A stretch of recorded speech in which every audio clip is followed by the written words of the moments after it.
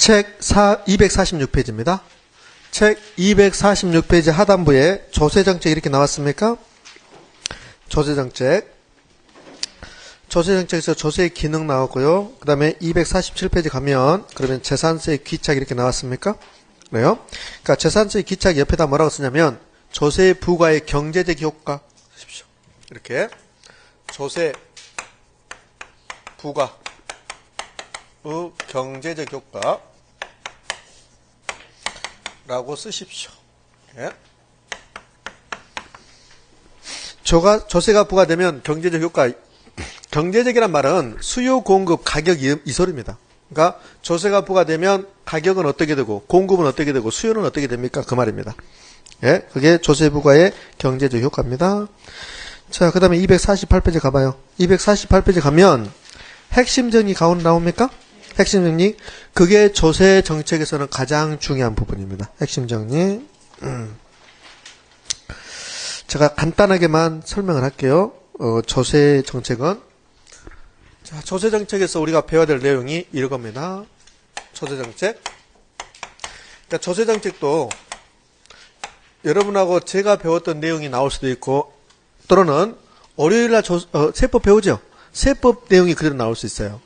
그러니까 이게 조세 정책은 조세를 가지고 국가가 시장에 개입하는 게 조세 정책입니다. 그러면 저에게 조세 정책을 배우는 것은 저는 조세가 부과되면 경제적 효과, 시장에서는 수요가 어떻게 되고 공급은 어떻게 되고 가격은 어떻게 됩니까? 그게 제가 담당하는 거고. 우리 월요일날 백 선생님 맞죠?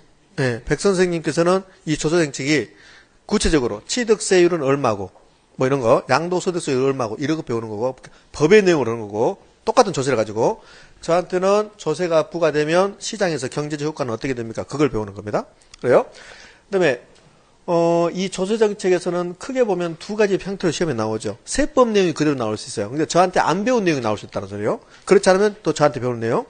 비율은 세법에서 세법 내용이 한 20%, 그렇지 않으면 80%는 저한테 배우는 내용이요.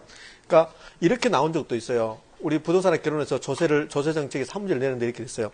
부동산을 취득, 보유, 처분하는 과정에서 각각 바르게 연결되는 조세의 종류를 이렇게 했습니다. 취득할 때 뭐 냅니까? 취득세. 보유할 때는요? 재산세. 처분할 때는 양도소득세. 이렇게 출제한 적이 있어요. 이렇게. 그것은 부동산의 결혼 문제가 아니죠. 세법 문제니까 그렇게 낼 수 있습니다. 자, 그렇게 하시고, 자, 조세가 부과됐습니다. 그러면 첫 번째 조세의 기능이요. 조세의 기능, 조세의 역할, 첫 번째 역할이 뭡니까? 재정 수입 확보죠. 재정 수입 확보. 국가는 재정 수입을 확보하기 위해서 조세를 부과하는 겁니다. 그게 재정 수입 확보입니다. 두 번째, 부동산 조세는 부동산 시장을 변화시킬 수 있어요. 부동산 시장이 침체에 들어갔습니다. 그러면 조세를 완화시켜 주는 거예요. 그래서 부동산 시장을 활성화시키는 거고, 반대로 부동산 시장이 너무나 과열됐습니다. 투기적 현상이 발생하고 있습니다. 그때 세율을 높이는 거야. 조세를 강화시키는 거야. 그래서 시장을 안정시킬 수 있어요. 그러니까 부동산 조세는 부동산 시장을 안정화시킬 수 있는 그런 기능을 가지고 있는 거고, 그 다음에 소득 재분배를 하는 거야. 시장에다 맡기면 소득 재분배는 이루어지지 않습니다. 그래요? 근데 국가가 돈 많은 사람에게, 재산 많은 사람에게 세금을 많이 걷어서 돈 없는 사람에게 나눠줍니다. 그게 뭐예요? 소득 재분배입니다. 그러니까 조세의 기능은 재정 수입 확보, 그 다음에 부동산 경기를 조절할 수 있다, 그 다음에 소득 재분배 등등의 역할이 조세의 기능입니다. 자, 두 번째, 조세가 부과됐을 때 경제적 효과입니다. 경제적 효과. 자, 그림을 통해서 봅니다. 지금 계속 배우고 있는데 이 그림 그리거든요. 수요 공급, 수요 곡선, 공급선 그러는 거죠. 여기까지 경제론이에요, 경제론. 그러니까 우리 부동산에 결혼해서 절반 이상이 경제론입니다. 여기까지도 경제론이니까 수요 곡선이 있었고 공급 곡선이 있었습니다. 저는 맥주로 해볼게요. 이게 맥주 시장입니다. 맥주 시장에서 맥주 수요 곡선, 맥주 공급 곡선이 있었습니다. 이 맥주 공급 곡선을 수식으로 표현하면 뭡니까? 공급 함수. 이게 수요 곡선을 수식으로 표현하면 수요 함수. 아까 수요 함수, 공급 함수 하나 썼었죠? 뭐 할 때 썼나요?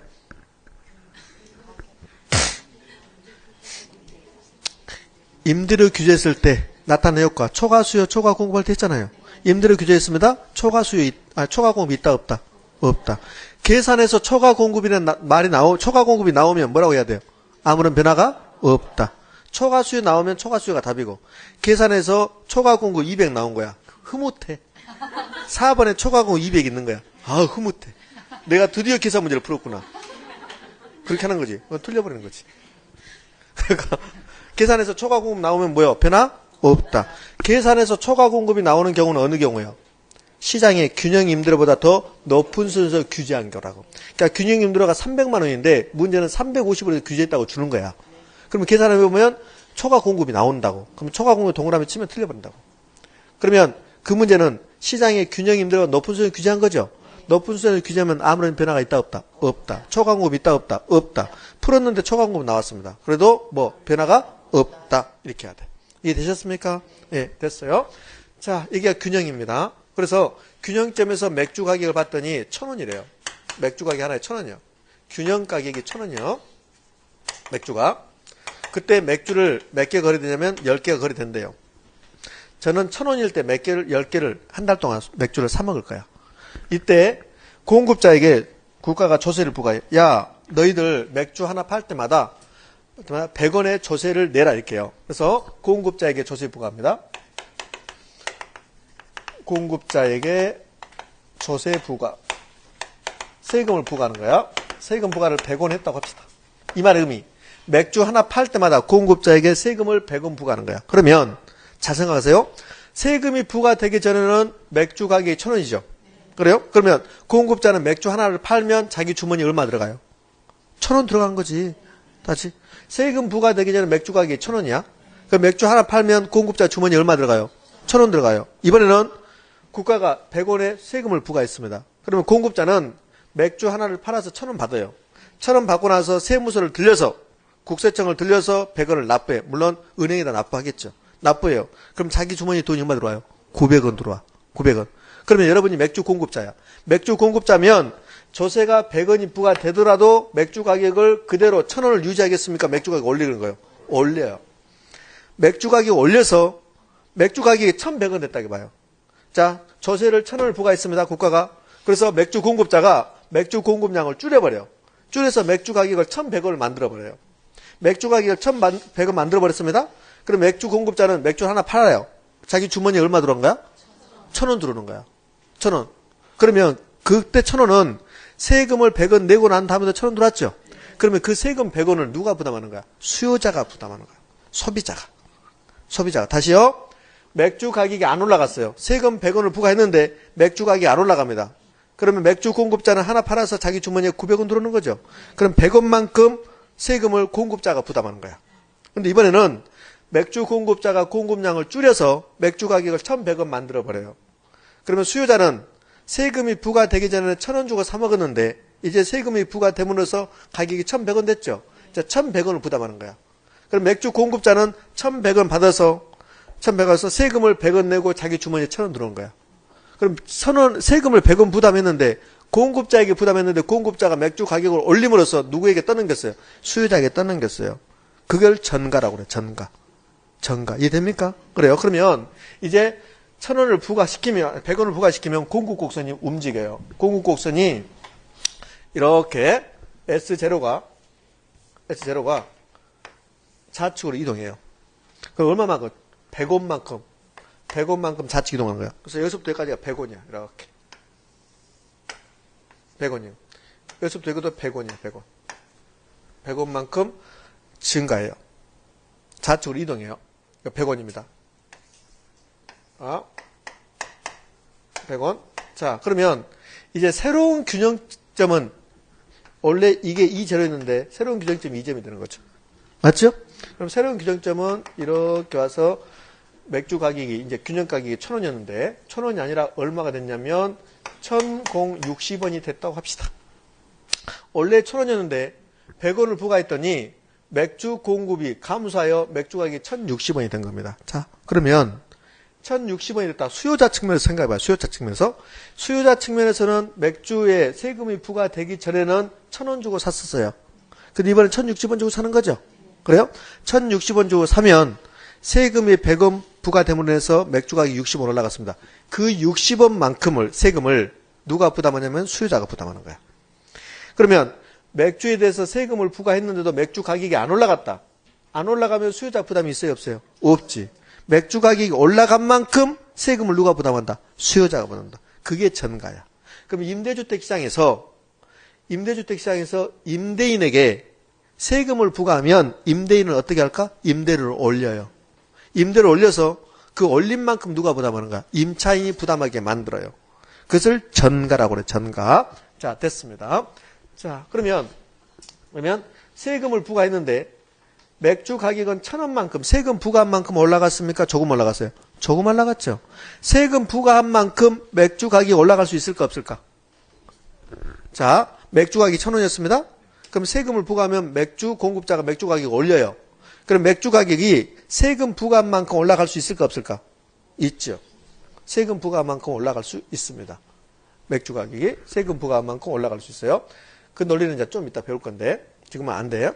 그럼 일단 가격이 올라간 만큼 누가 부담한다? 수요자가 세금 부담한다. 그것을 전가라고 한다고? 그럼 이제 경제적 효과 갑니다. 경제 효과 첫 번째 경제 효과는 그러면 가격이 뭐합니까? 가격이 상승하는 효과가 발생해요. 가격이 상승한 만큼 수요자의 부담액이 증가하는 거야. 그러니까 수요자의 부담액은 증가해.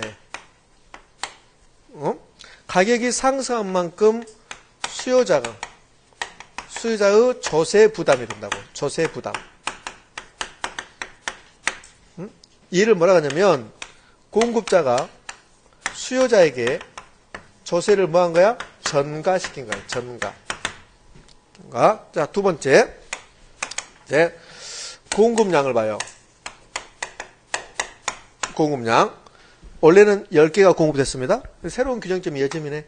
그래서 공급량이 뭐예요? 감소하는 거야. 7개 이렇게 감소. 공급량은 증가 감소합니다. 감소. 자, 이번에는 공급자의 실질 수입을 봐요. 공급자의 실질 수입. 공급자의 실질 수입은 얼마 받았어요? 실질 수입 부과전. 조세 부과전입니다. 부과전. 조세 부과전에는 하나 파서 얼마? 1,000원. 조세 부과 후 공급자의 실제로 주머니에 들어온 돈 얼마? 자, 공급자는 하나 팔아서 얼마 받아 이제? 1,060원 받아. 1,060원 받아서 세무서에다 얼마 내? 100원 내. 그럼 자기 주머니에 960원. 그래서 공급자의 조세 부과 후에 공급자 실질 수입은 960원. 그럼 차이가 얼마요? 40원이죠. 그 40원을 조세를 부담하는 거야. 이 40원에 40원의 조세 부담. 그러면 조세가 부과되면 공급자의 실질 수입은 증가한다, 감소한다? 감소. 정리합니다. 조세가 부과되면 재화의 가격은 뭐한다? 일반적으로 상승. 반드시 상승한다. O일까 X일까? X요. 반드시 상승하지 않아요. 왜 반드시 상승하지 않느냐면 조세가 부과된다 하더라도 가격이 올라가지 않을 경우도 있어요. 않을 경우도. 공급곡선이 완전 탄력적이래요. 공급곡선이 완전 탄력적이면 조세가 부과된다 해도 안 움직여요. 그러면 가격이 안 올라가 버리는 거야. 이해됩니까? 그럼 가격이 안 올라가면 그러면 가격이 상승한다 안 한다? 안 하지. 그러니까 일반적으로 가격이 상승하는 거라고. 그럼 반드시 가격이 상승한다면 O다 X다? X. 일반적으로 상승. 가격 상승한 만큼 누가 조세 부담하는 거야? 수요자의 조세 부담이 된다고. 자, 됐습니다. 여기서 수요자의 조세 부담액 얼마? 60원. 60원. 공급자는 얼마? 40원. 40원. 이렇게 조세가 전가돼서 최종적으로 부담이 되는 것을 귀착이라고 해요. 귀착. 전가, 떠넘겼다는 소리예요. 전가를 떠넘겼다. 그 최종적으로 60원이 수요자에게 부과됐죠. 그걸 뭐라고 한다? 귀착. 귀착. 그러니까 최종적인 조세 부담액을 뭐라고 한다? 귀착이라고. 귀착. 그걸 조세의 전가와 귀착이라고 표현합니다. 자, 마지막으로 정리합니다. 공급자에게 조세가 부과되면 그러면 일반적으로 가격은 상승하고 가격이 상승한 만큼 수요자의 조세 부담이 되는 거고 이를 공급자가 수요자에게 조세를 전가시키다고 표현하고 공급량은 감소하고 공급자의 실질 수입은 뭐하고? 감소하고. 되셨죠? 이렇게도 표현해요. 조세가 부과되면 수요자 입장에서는 가격이 상승하는 효과야. 가격이 얼마로? 1,060원으로. 공급자에게는 조세가 부과되면 가격이 하락하는 효과야. 1,000원에서 얼마로? 960원으로. 됐습니까? 그렇지. 그러면 이 수요자가 부담하는 60원하고 공급자가 부담하는 40원, 이것만큼, 즉 100원만큼 뭐가 되는 거야? 재정 수입이 되는 거라고. 재정 수입. 되셨습니까? 예, 됐습니다. 이게 경제적 효과요. 그러니까 경제적 효과에 따른 이렇게 쓰면 돼요. 조세 부과의 경제적 효과는 조세의 전가와 귀착. 전가와 귀착이라고 쓰시면 됩니다. 자, 그 다음에는, 그러면 조세의 전가와 귀착을 배웠으면 어느 정도 수요자가 부담하고 어느 정도 공급자가 부담하는가? 조세 전가와 귀착의 정도. 3번, 전가와 귀착의 정도. 얘는 이렇게 정리하면 끝.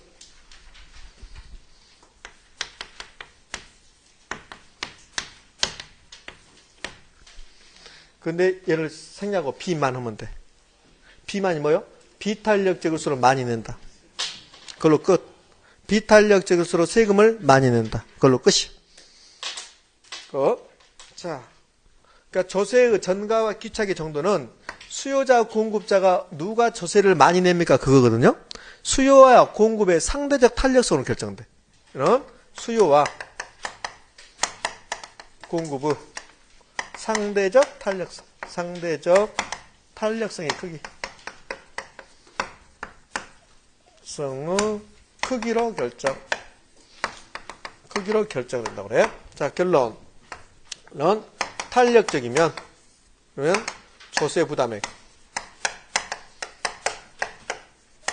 부담이 작고 비탄력적이면 조세 부담이 커요.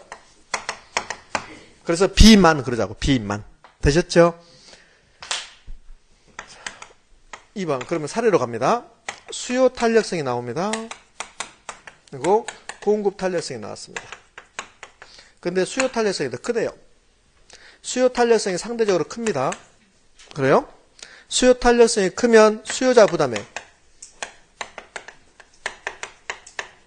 부담액하고 공급자 부담액으로 나눠봅니다.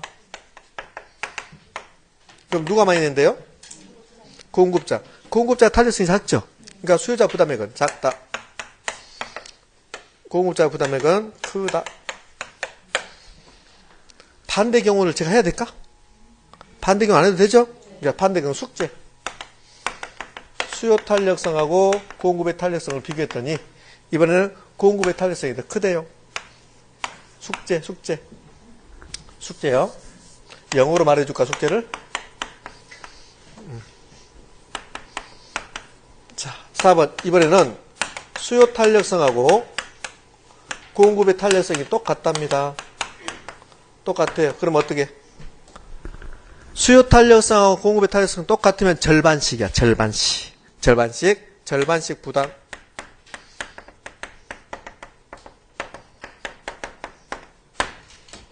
수요 탄력성 2, 공급 탄력성도 2. 그러면 조세가 1,000원이 부과되면 얼마씩 부담? 500원씩 부담. 됐습니까? 네, 됐어요. 자, 5번. 특수한 경우.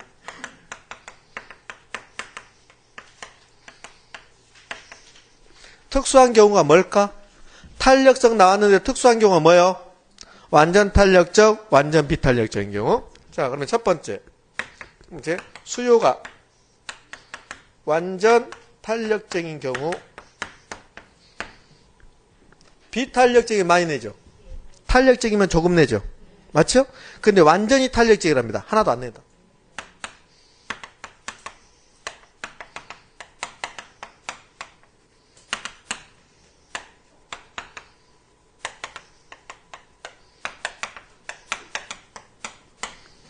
자, 이번에는 수요가 완전 비탄력적이래. 수요자 부담액.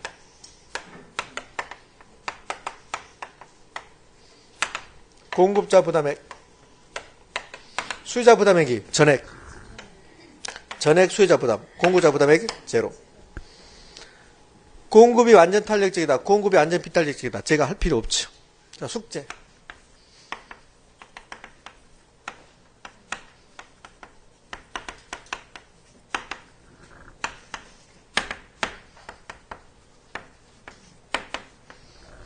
되셨죠?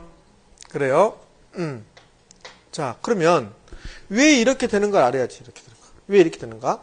지금 제가 설명한 것은 그렇게 논리적으로 딱 타당하진 않아요. 그런데 느낌을 아시면 됩니다. 여러분들 느낌을. 자, 봅시다. 제가 매우 비탄력적인 사람이야. 맥주에 대해서 매우 비탄력적인 사람입니다. 근데 맥주를 10병을 수요하고 있었어요. 맥주 가격이 1,000원일 때. 근데 공급자에게 국가가 조세를 100원 부담했어요. 근데 맥주 가격이 1,060원이 된 거야. 1,060원이. 그래도 나는 사 먹겠다.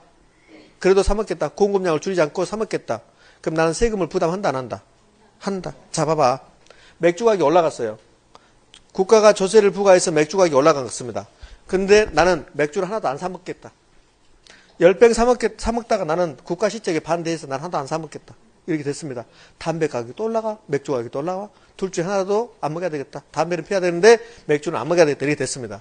맥주를 10병 먹다가 맥주 가격이 올라가서 맥주를 안 먹었답니다. 세금 부담합니까? 안 합니까? 안 먹죠. 그러면 맥주를 10병 사 먹다가 한 명도 안 사 먹으면 완전 뭡니까? 탄력적. 비탄력적이 아니냐? 안전 비탄력적은 10병 그대로 사 먹는 게 안전 비탄력적이야.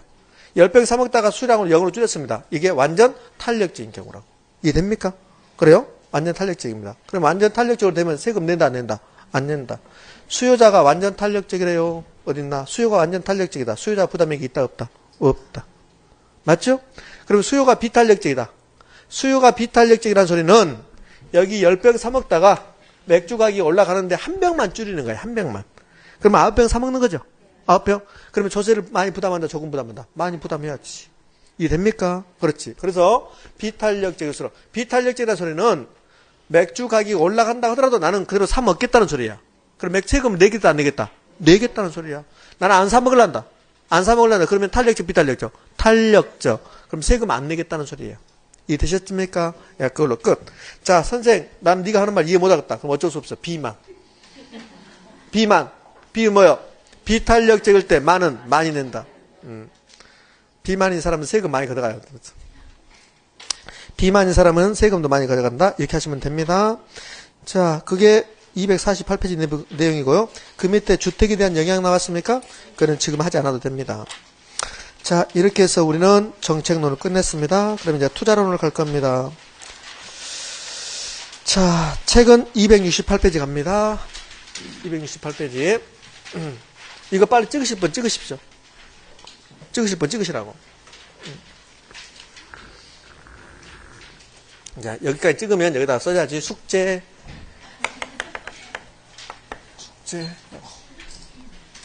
숙제 해오시라고.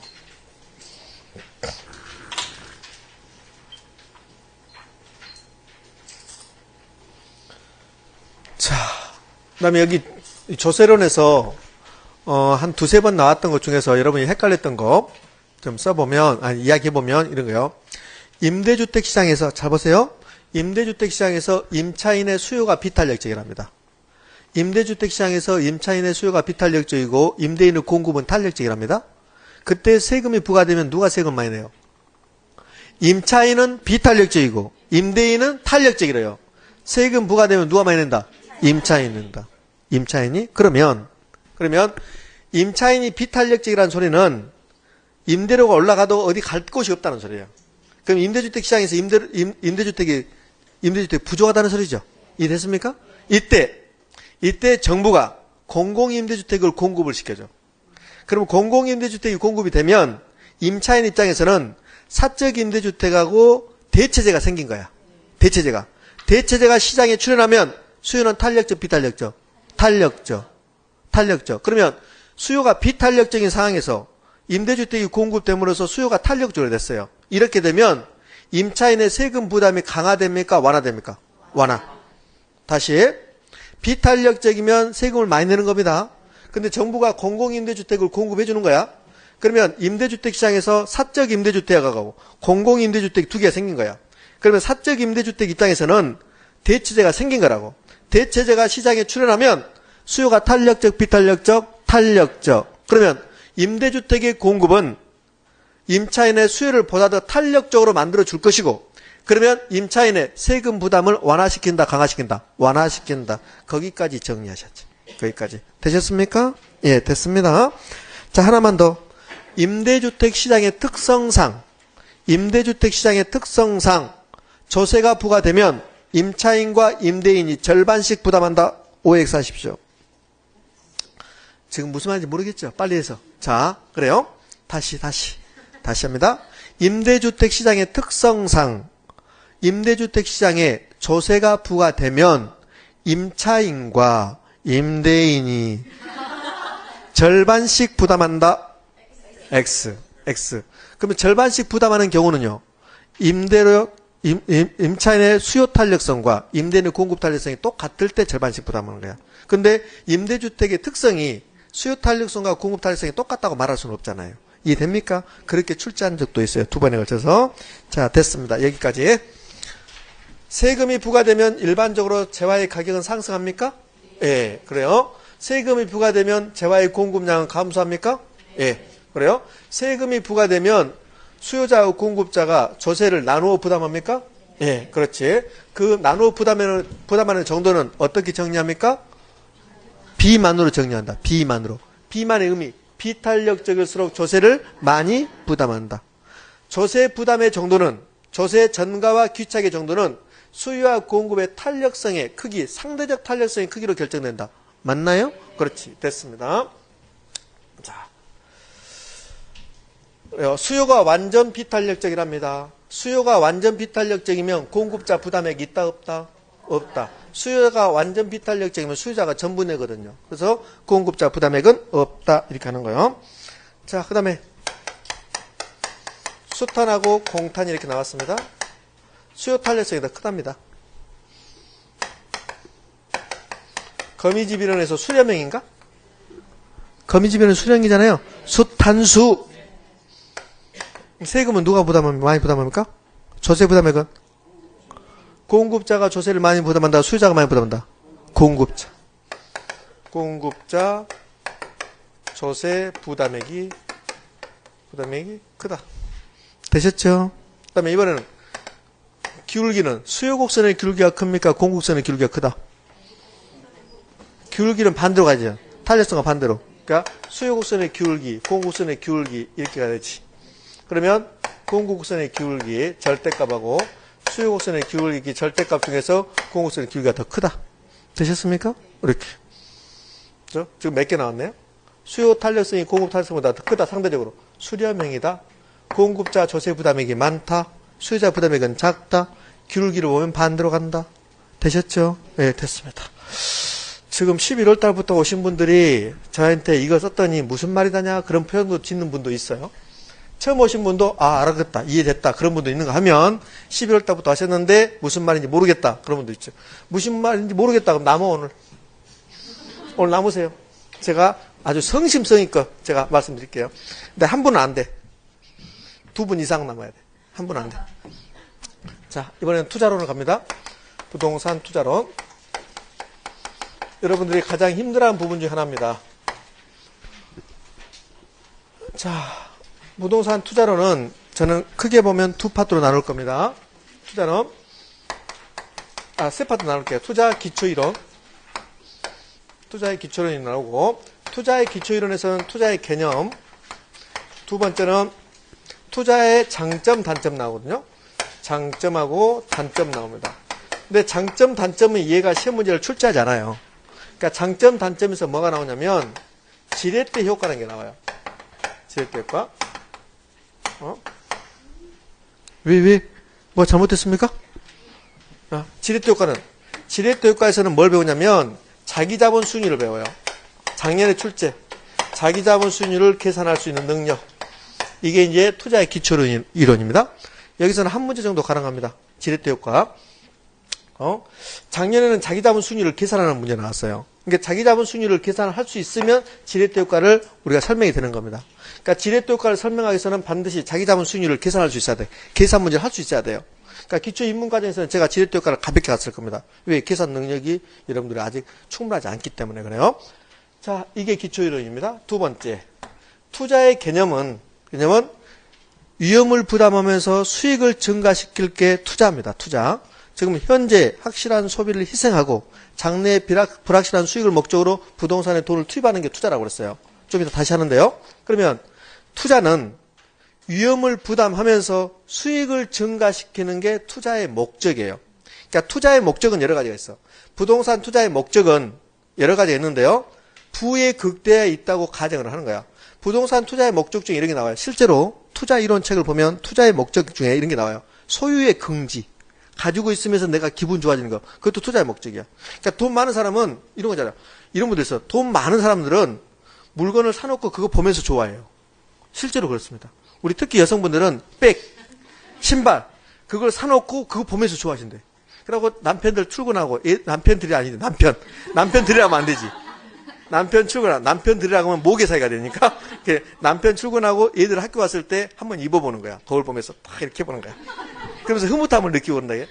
그런 것도 마찬가지로 소유의 긍지거든요. 그러니까 부동산 투자의 목적도 소유의 긍지 있다고 그래요. 그다음 또 이런 것도 있어요.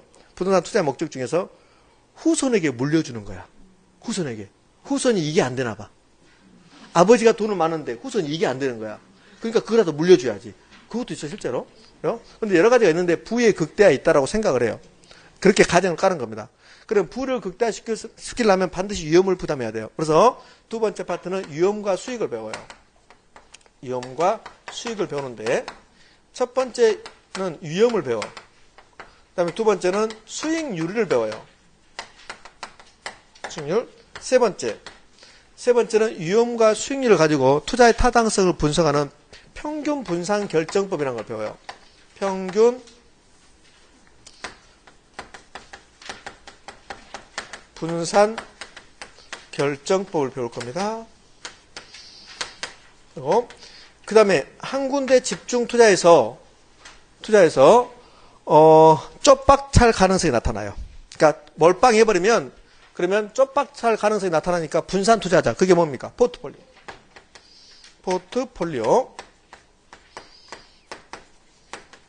그리고 그 다음에 세 번째 파트는 투자 분석 기법으로 가요. 투자 분석 기법. 저는 화폐의 시장 가치라는 걸 배워요. 그렇지? 두 번째는 현금 흐름을 배웁니다. 현금 흐름, 현금 수지. 현금 수지를 몇 가지로? 두 가지로. 영업을 통한 영업 수지, 처분 시 매각 수지. 그 다음에 세 번째. 이러한 현금 수지를 바탕으로 해서 투자의 타당성이 있나 없나를 구체적인 방법을 배워요. 그걸 투자 분석 기법이라 그래. 투자 분석 기법. 투자 분석 기법은 어떻게 나눠지든가? 기초 입문과정 하신 분들 투자 분석 기법 아는 것처럼 하면 곤란해져. 화폐의 시장 가치를 고려하는 방법과 화폐의 시장 가치를 고려하지 않는 방법 기억나시죠? 그래요? 그럼 투자 분석 기법은 다시 두 가지로 화폐의 시장 가치를 고려했다 할인 기법, 화폐의 시장 가치를 고려하지 않았다 비할인 기법. 할인 기법 말해 보실래요? 화폐의 시장 가치를 고려하는 방법 할인 기법. 순현재가치법, 수익성 지수법, 내부수익률법, 연평균 수년가법, 현가회수기간법. 그래요? 여러분들 눈하고 귀만 가지고 다니시구나? 입은 안 가지고 다니시고? 그렇지? 입은 수업시간에 말할 때 쓰는 게 아니고 그냥 밥 먹을 때만 쓰시는구나? 그 다음에 수업시간에는 입의 기능이 하품할 거. 그것밖에 없는 거야 지금. 이제 입의 기능은 수업할 때 말하는 게 입의 기능인데 하품할 때만 쓰고 이거 곤란해지는 거지. 그래도 수업할 때 눈의 기능을 칠판을 보아야 되는데 근데 눈을 또 감어. 그렇지? 그 다음에 수험생들은 참 재밌어요. 저도 마찬가지예요. 저도 그렇죠. 여러분들 뭐라 한 게 아니라요. 수업 시간하고 쉬는 시간은 전혀 바뀌어요. 봐요? 수업 시간에 아주 신나게 공부를 해야 되거든?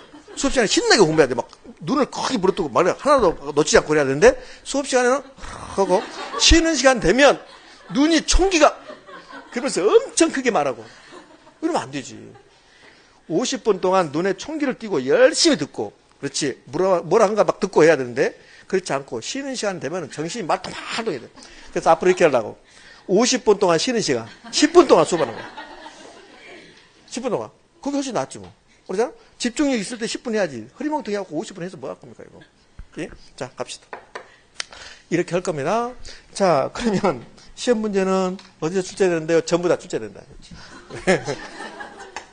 예? 한 문제. 다 출제된다니까, 실제로. 이제. 예? 안 나오면 시험 다시 봐요, 다시 봐요, 다시 봐요. 미칠 것 같다? 다 출제된다. 전부 다 해라. 그렇지? 자, 이렇게 공부할 겁니다. 그런데 순서는 지금 이렇게 돼 있거든요. 근데 우리 책은 순서는 거의 대부분이 부동산학 개론에서 투자론의 순서가 이렇게 돼 있어요. 이루어지게 돼 있습니다. 근데 우리 책은 이 합해 시한 가치를 앞으로 넣어놨어요. 앞으로 이렇게.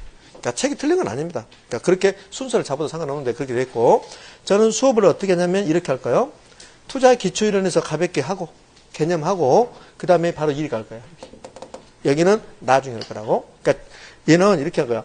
기초 1월달, 2월달 과정에서는 투자 이론을 공부할 때 기초하고 그 다음에 이 부분 투자 분석 기법하고 그 다음에 이렇게 3월달부터는 순서대로 쭉 되셨습니까?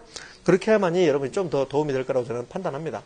자, 그러면 이제 투자 이론에서 기초해서 개념 갑니다. 부동산 투자의 개념 269페이지 갑니다. 부동산 투자의 개념 이렇게 나왔습니다. 자, 그 개념이 시험에 나오지는 않아요. 그런데 이 개념을 통해서 우리는 매우 중요한 단어를 하나 공부하게 됩니다. 자, 투자의 개념 갑니다. 부동산 투자가 무언가, 저는 이렇게 표현하거든요. 부동산 투자는 부동산에 돈을 투입해서 부동산에서 돈 버는 거, 그게 투자입니다. 자, 근데 투자라 하면, 부동산 투자라 하면 투자한 게 아니고 투자하기 위해서 어떤 부동산을 분석하는 게 부동산 투자입니다. 그러니까 투자 가치가 있냐 없냐를 판단하는 게 투자야. 그러면 투자 가치가 있으면 투자할 것이고 투자 가치가 없으면 투자하지 않겠죠. 그런데 투자 가치가 있다는 소리는 이 부동산에 10억을 투자했을 때 이 부동산으로부터 10억 이상의 수입이 나오면 투자 가치가 있다 판단하는 거야. 그게 투자야. 투자. 그러니까 투자 가치가 있다 없다 판단하는 걸로 투자로는 끝난다고. 투자했다 안 했다? 안 했다. 그러면 투자로는 모두 다 예상하는 거야. 투자한다면 이 부동산 수익은 얼마 나오겠다. 투자한다면 비용은 얼마 나오겠다. 다 뭐다? 예상이다. 예상. 그건 머릿속에 있어야 됩니다. 자, 투자의 개념입니다. 부동산 투자의 개념. 부동산 투자가 뭐냐면 이러한 부동산이 있으면 이 부동산에 돈을 투입하겠다. 그런데 돈이 되면 투입하겠다는 소리예요. 그래서 이렇게 표현해요. 10억이라는 돈이 있습니다. 10억이라는 돈을 내가 먹고 쓰고 마시고 지금 하지 않겠다는 소리예요. 그러면 이 10억을 지금 현재 먹고 마시고 쓴다. 그 말을 뭐라 하냐면 현재 확실하게 소비할 수 있다. 현재의 확실한 소비. 확실한 소비를 얘를 포기하겠다는 소리입니다. 얘를 희생하고 이 10억을 부동산에 투입하겠다 이 소리예요. 그러면 부동산에 투입하는데 그냥 투입하는 게 아니라 수익을 목적으로 투입하는 거죠. 근데 부동산에 투입하면 수익은 미래에 나오는 거예요. 그러니까 이를 희생한 걸 대가로 미래를 지금 기다려주는 거야. 미래의 불확실한 수익을 목적으로 부동산에 돈을 투입하는 행위를 뭐라 한다? 투자라고 표현합니다. 자, 그런데 미래는 불확실해요. 불확실. 이 불확실을 뭐라고 하냐면 위험이라고 표현해요. 부동산 투자 이론에서 불확실을 뭐라고 그래요? 위험이라고 그래요. 저기 위험과 수익에서 위험은 뭐예요? 불확실성입니다. 불확실성. 그래서 자, 이게 투자입니다. 그런데 이렇게도 개념 정해요. 투자는 현재하고 미래를 바꿨다고 그래. 지금 10억이라는 돈을 쓰지 않고 미래에 쓰겠다고 기다려주는 거야. 그래서 교환했다라고 표현합니다. 또 하나 더. 확실하게 소비할 수 있는데 불확실한 것을 선택했습니다. 확실과 불확실을 교환했다고 그래요. 이를 또 교환했다고 합니다. 초창기 시험에 나왔던 지문들입니다. 요즘은 잘 나오지 않습니다. 나온다 하더라도 틀린 말 만들지 않습니다. 그러니까 여러분들 투자의 개념은 이렇게 생각하시면 돼요. 이렇게 생각을 하면 힘드니까 내가 10억이라는 돈이 있는데 지금 쓰지 않고 확실하게 소비할 텐데 쓰지 않고 돈 벌기 위해서 미래에 돈 벌기 위해서 부동산에 돈을 투입하는 행위, 그것을 투자라고 한다. 되셨죠? 됐습니다. 그러면 투자인데 이 투자에서 뭐가 나오냐면 희생했습니다. 희생. 그리고 사람은 희생한 대가를 요구해요. 희생의 대가를 요구합니다. 대가 요구. 이 희생한 대가 요구가 결국은 투자 이론에서 매우 중요한 요구하는 수익률이 돼요. 요구 수익률이 됩니다. 그러면 희생의 대가를 요구할 텐데 희생한 대가를 요구한다고 했어요. 그럼 희생한 것 생각해봐요. 희생한 것은 현재의 확실한 소비를 희생했다고 그랬죠. 그러니까 현재를 소비한 거야. 그래서 미래를 기다려주는 거야. 그러니까 지금을 포기하고 미래를 기다리는 거야. 이것을 시간의 대가라고 그래. 시간의 대가. 시간을 기다려. 시간의 대가. 시간의 대가를 요구하는 거야. 내가 지금 쓸 수 있는데 포기하고 미래를 기다려줬으니까 그 기다려준 대가를 달라. 시간의 대가 요구합니다. 플러스 확실한 것을 포기하고 불확실한 것을 선택했습니다. 불확실한 건 뭐라고 합니까? 위험이라고 하지. 그래서 위험의 대가라고 그래. 위험을 내가 부담하는 거야. 위험의 대가를 달라 이렇게 하는 거예요. 시간의 대가, 시간의 비용. 위험의 대가, 위험의 비용. 불확실성의 대가라고 그래요. 그러면 이 시간의 대가는 시간만 흘러가면 확보되는 겁니다. 이건 확실합니까? 불확실합니까? 확실. 얘는 불확실한 거지. 위험이 있을지 없을지 모르니까. 됐어요. 이 시간의 대가를 율로 표시하면 시간만 흘러가면 충족되는 수익률이 있어. 그걸 무위험률이라고 해요. 무위험률. 무위험 수익률인데 수익을 생략하고 무위험률을 합니다. 자, 다시 정리합니다. 부동산 투자의 개념에서 뭔가를 희생했는데 희생의 대가를 요구할 것이다. 시간을 희생했으니까 시간의 대가를 요구하고 확실한 것을 희생하고 위험을 선택했기 때문에 위험의 대가를 요구합니다.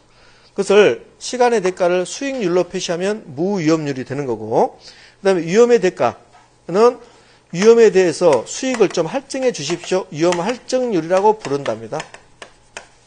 이를 위험 대가율이라고도 불러. 대가율, 위험 보상률이라고도 불러. 위험 보상률. 네, 위험 할증률이 가장 일반적인 표현입니다. 부릅니다. 그러면 요구하는 수익률은 투자자가 요구하는 수익률은 무위험률하고 플러스 위험 할증률입니다. 되셨습니까? 좋아요. 그러면 이 무위험률은 도대체 뭐냐면 시간만 흘러가면 충족되는 수익률입니다. 그것을 무위험률이라고 하는데 얘는 은행에다 예금했을 때 시간만 흘러가면 이자율을 주는 거죠. 그러니까 이자율입니다. 은행 이자율이고 내가 국채를 샀습니다. 공채를 샀습니다. 그러면 국공채를 사면 시간만 흘러가면 국가에서 수익률을 주는 겁니다. 그것을 국공채 수익률이라고 합니다. 얘들은 시간만 흘러가면 위험을 부담하지 않고 수익이 확보되는 거야. 이런 것들을 무위험 수익률이라고 그래요. 자, 다시요. 내가 부동산에 투자한다면 그러면 요구하는 수익률이 있을 것이다. 그 요구하는 수익률은 희생한 대가를 요구한다는 소리야. 시간을 희생해줬죠. 시간의 대가를 요구하는데 그 시간의 대가를 학문적으로 무위험률을 한단 말이에요. 그러면 위험률은 은행에다 예금했을 때 이자율하고 국공채를 샀을 때 국공채 수익률이 시간만 흘러가면 충족되는 위험이 없는 수익률이란 말이에요. 되셨습니까? 그럼 요구 수익률은 무위험률에다가 위험 할증률을 더할 건데 무위험률이라고 표현하지 않고 은행 이자율이나 국공채 수익률이라고 표현해도 상관없다는 소리예요.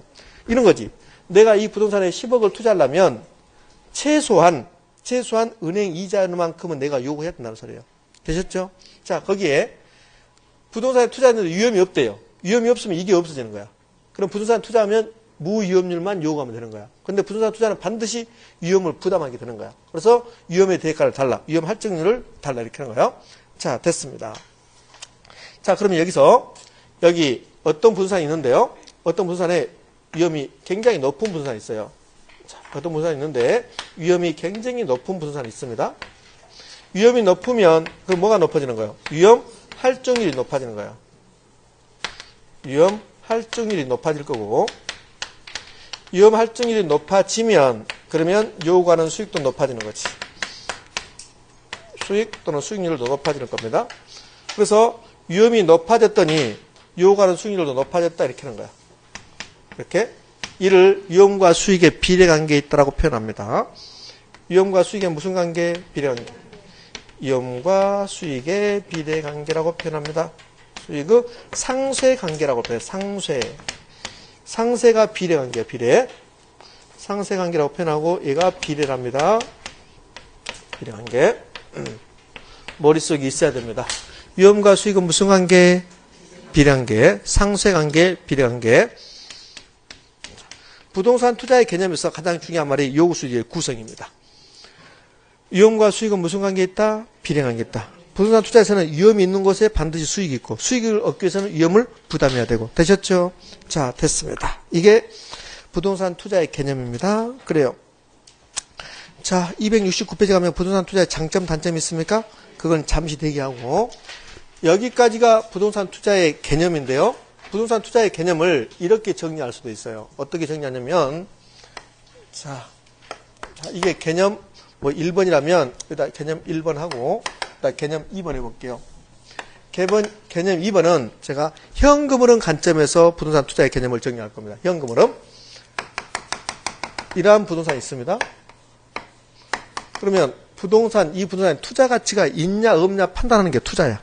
그러니까 투자했다가 투자가 아니고 투자 가치가 있냐 없냐, 투자해서 돈이 될 것인가 안 될 것인가 판단하는 게 투자입니다. 그러면 이 부동산이 투자 대상 부동산인데 얘를 투자 대상 부동산이라고 그래요.